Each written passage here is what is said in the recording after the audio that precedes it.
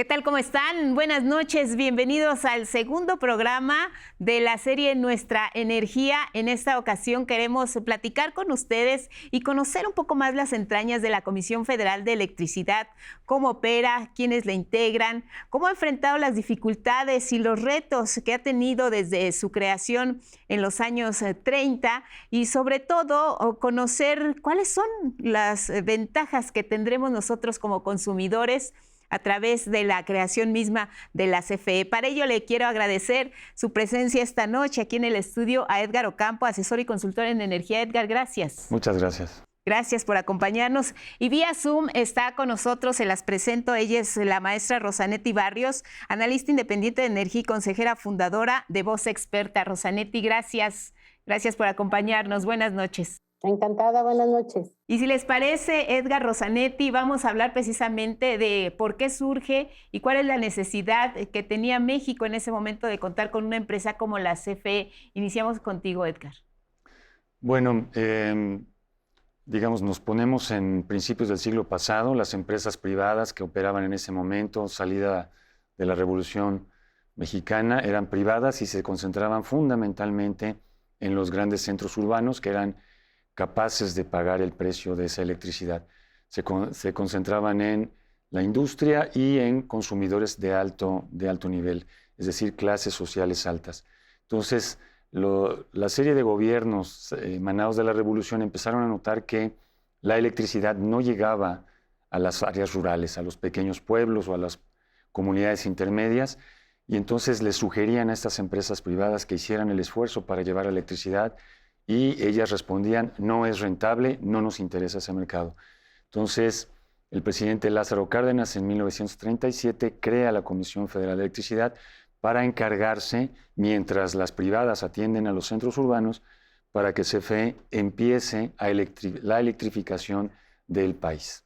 Un contrapeso, Rosanetti, ¿lo ves así como un contrapeso de las transnacionales para que la CFE comenzara a tomar esta fuerza y cumpliera con esta función social? Porque también se trataba, como bien nos dice Edgar, de alcanzar una mayor cobertura y dotar de aquellas zonas que no contaban con el servicio, dotarlas de algo tan importante, porque es un detonante no solo social, sino también económico. ¿Cómo ves, Rosanetti?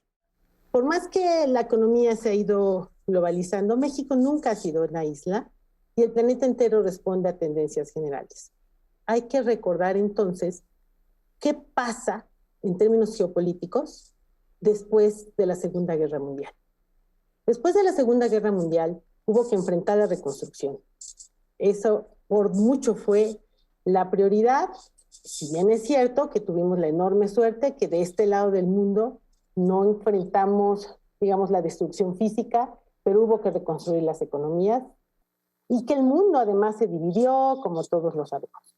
Bajo esa lógica, el modelo que prácticamente, quizás los Estados Unidos son la excepción, pero prácticamente todo el mundo tomó el modelo de desarrollo de este tipo de servicios bajo un monopolio estatal. ¿Por qué se hizo esto?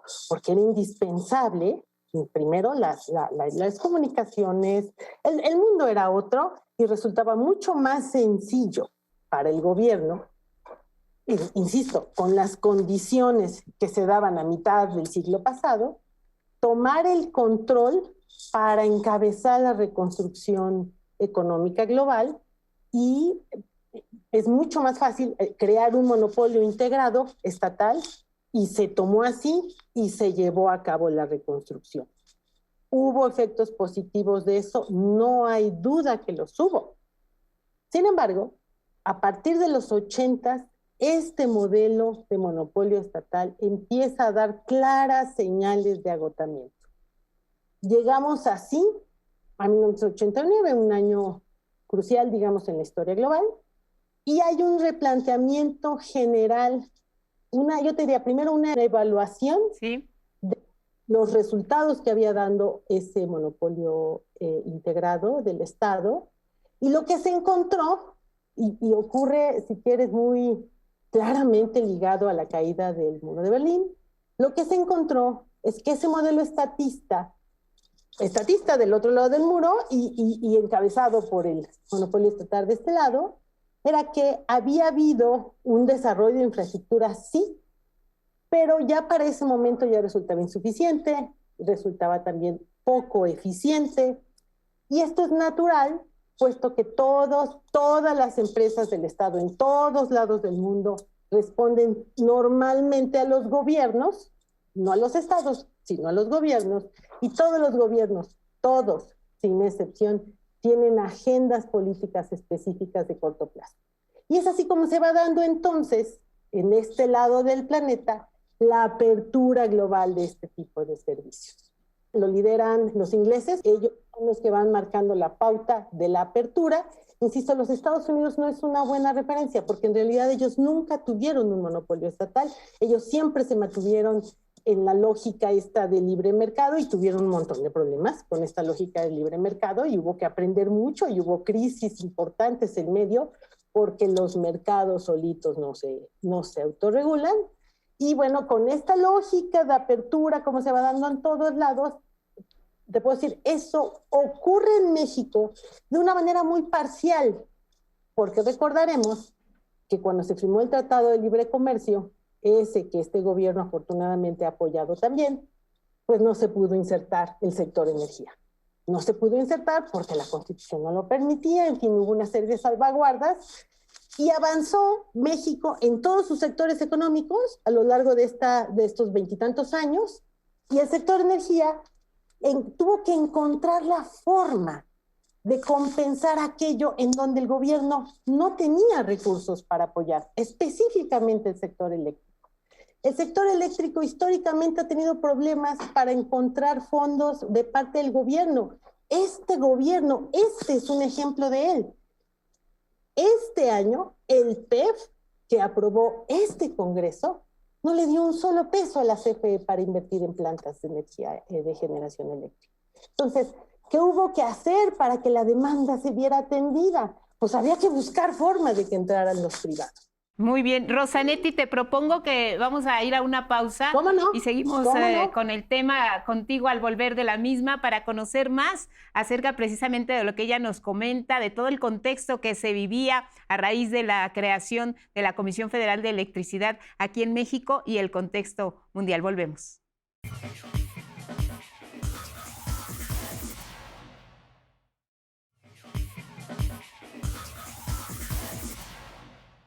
Regresamos al estudio para continuar con este programa de Nuestra Energía con el tema de la Comisión Federal de Electricidad. Y me gustaría que retomáramos un poco las entrañas, Edgar Rosanetti, de lo que es esta CFE. Ustedes me dirán si dentro del objetivo que tiene que cumplir, que es de carácter económico, también como una empresa productiva, está también esta cuestión social, que es muy importante y que tiene que ir de la mano con una empresa como esta. Y hablamos en este sentido de tarifas. ¿Se cumple con ese objetivo de hacer llegar la energía a precios razonables, justos? Sí, bueno, la Comisión Federal de Electricidad, que fue creada con el objetivo de darle cobertura eléctrica al país, ¿no? Y entonces se fue diseñando con base en esta misión. Digamos, los precios eran, digamos, los que se trasladaban de los costos. Y algunos se subsidiaban. Habían sectores de la población que se subsidiaban por su bajo consumo y poco ingreso, y habían otros sectores que se les cargaba, digamos, el precio mucho más alto, ¿no? ¿De cuánto era el subsidio entonces en ese momento? Lo que pasa es que subsidiaban los primeros 150 kilowatts. Si consumías eso, te quedabas bien y entonces tenías un precio por debajo de $1 el kilowatt, ¿no? Ya si consumías 1 watt más, entonces te subían al siguiente nivel, digamos, al siguiente plafón. Y así sucesivamente.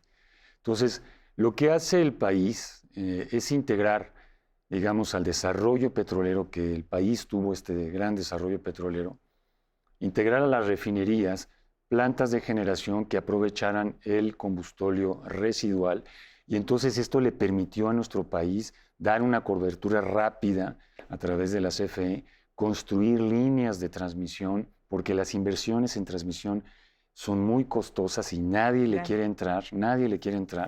Es este ejemplo que yo te decía de las autopistas.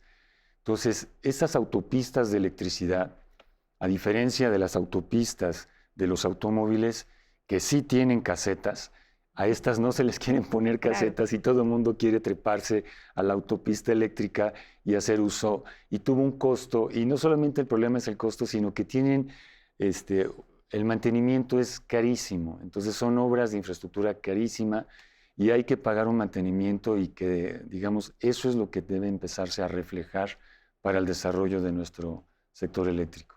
Rosa Netti, ¿cómo ves el panorama en este contexto que nos platica Edgar?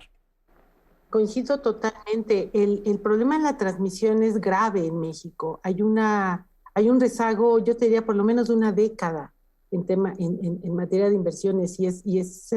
un poquito lo que yo trataba de explicar hace un momento en el tema de generación y la necesidad de la inversión privada. La verdad es que el dinero público es poco. No en México, en todos lados. Ha sido muy escaso y por eso ponía el ejemplo de este mismo gobierno. Tampoco hubo en el PEP de este año ni en el del pasado asignaciones para inversiones en las líneas de transmisión de la CFE. La transmisión y la distribución eléctrica, las carreteras, como coincido en esa analogía, no ha sido de la prioridad por lo menos de los últimos 3 gobiernos. Y esto ya representa un problema serio.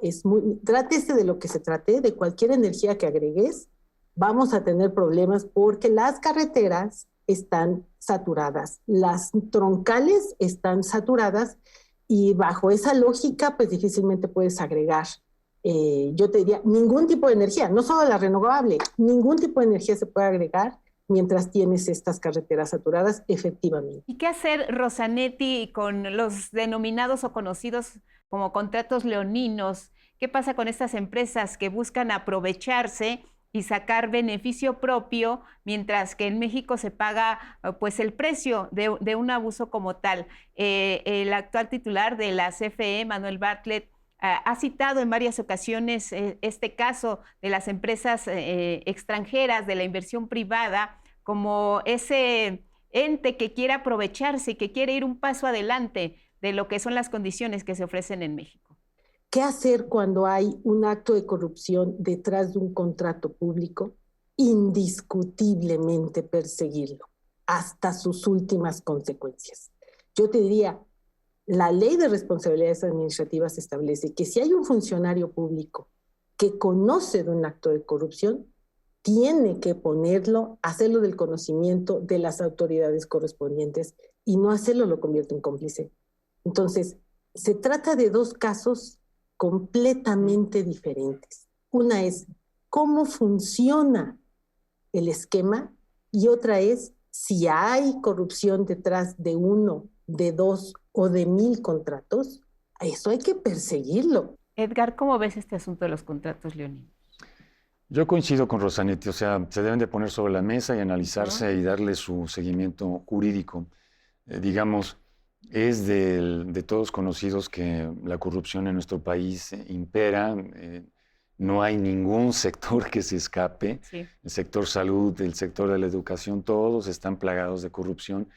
Digamos, nos duele decirlo porque somos mexicanos, pero no dudo ni tantito que se hayan ocurrido este tipo de prácticas de corrupción, y bueno, pues hay que revisarlas y ver cuál es el tratamiento y el seguimiento que se les va a dar. Sobre los productores independientes de energía, ¿qué podemos comentarle al auditorio? ¿Qué son, cómo funcionan, cómo operan en nuestro país? Este esquema de generación, digamos, se implementó bajo el fundamento de que para no utilizar, como bien dice Rosa Netti, los recursos públicos, se pudieran empezar a desarrollar centrales y que Comisión pudiera continuar con la expansión del parque eléctrico mexicano a través de inversiones de capitales privados, ¿no? El problema aquí es que, digamos, a lo mejor esos contratos de de productores independientes de energía, esos contratos no fueron, digamos, los más adecuados para el desarrollo del sistema, y ahorita están empezando a crearle problemas.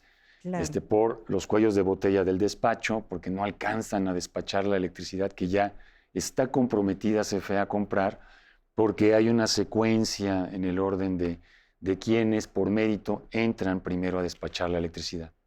sobre este tema. Vamos a regresar después de la pausa y hablaremos también, para ir redondeando, cómo es que la Comisión Federal de Electricidad ha tenido estas dificultades, cómo las ha ido superando y también por qué la necesidad en estos momentos de hacer ajustes, de hacer cambios, de mirar hacia el futuro y también de incorporar cada vez más otras opciones dentro del panorama de lo que es la generación de energía. Volvemos.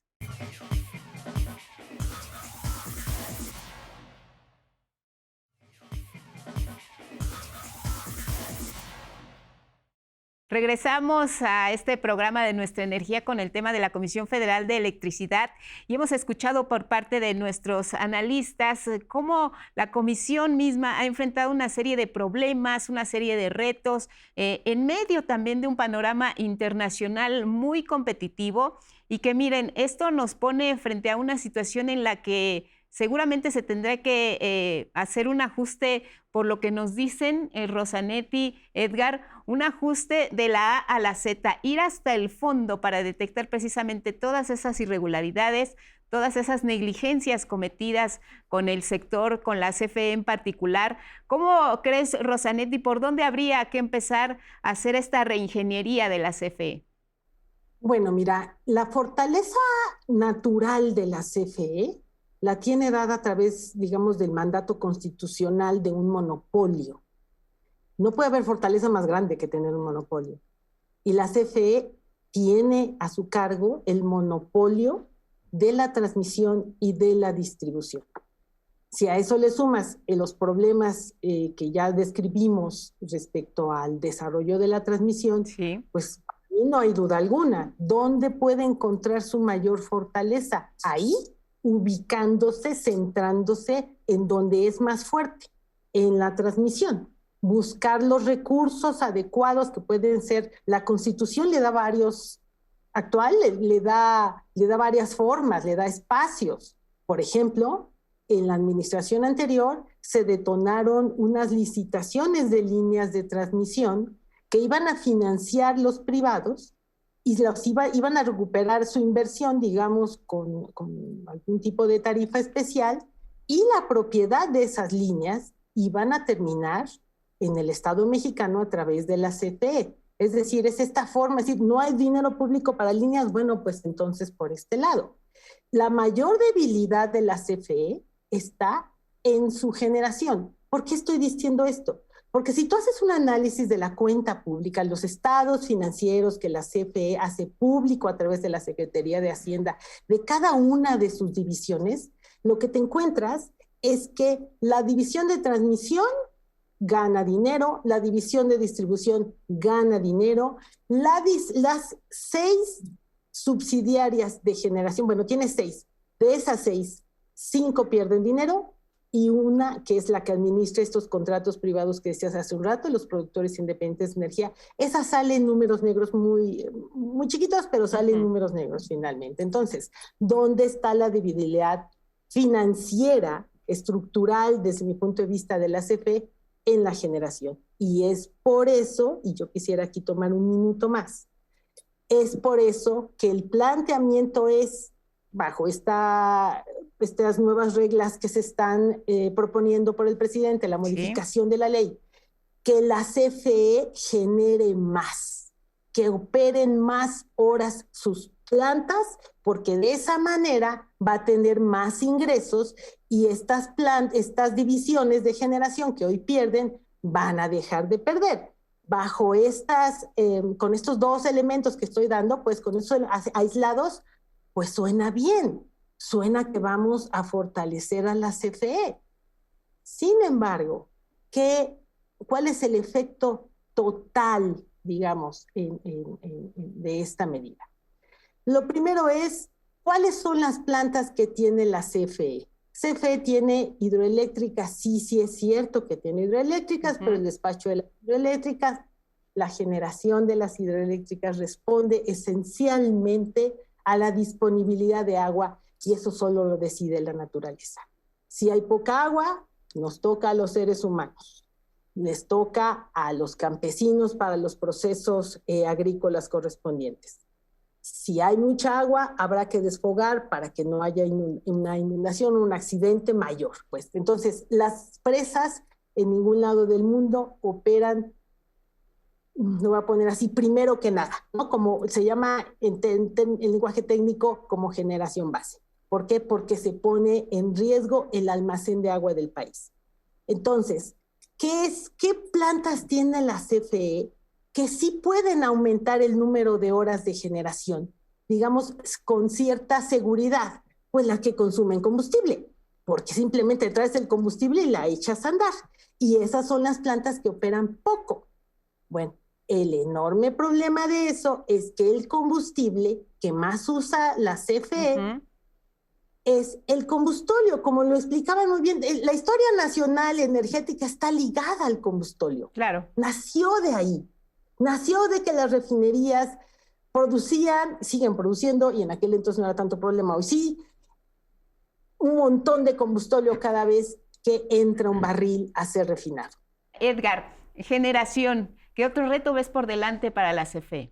Este problema que plantea Rosanetti es central. Yo creo que cada nación decide, en el mundo decide qué quiere quemar, ¿no? Claro. Y voy a dar un ejemplo. Japón decidió quemar carbón. Cuando se le fue Fukushima, cerraron todas sus centrales nucleares y le metieron muy fuerte al carbón. Empezaron a construir centrales carboeléctricas. Japón, no estoy hablando de un país subdesarrollado, estoy hablando de Japón, donde se hacen los iPads. Ya construyeron y terminaron 8 centrales de carbón, 8. O sea, aquí se anunció una en el 2019 y se hizo un gran escándalo.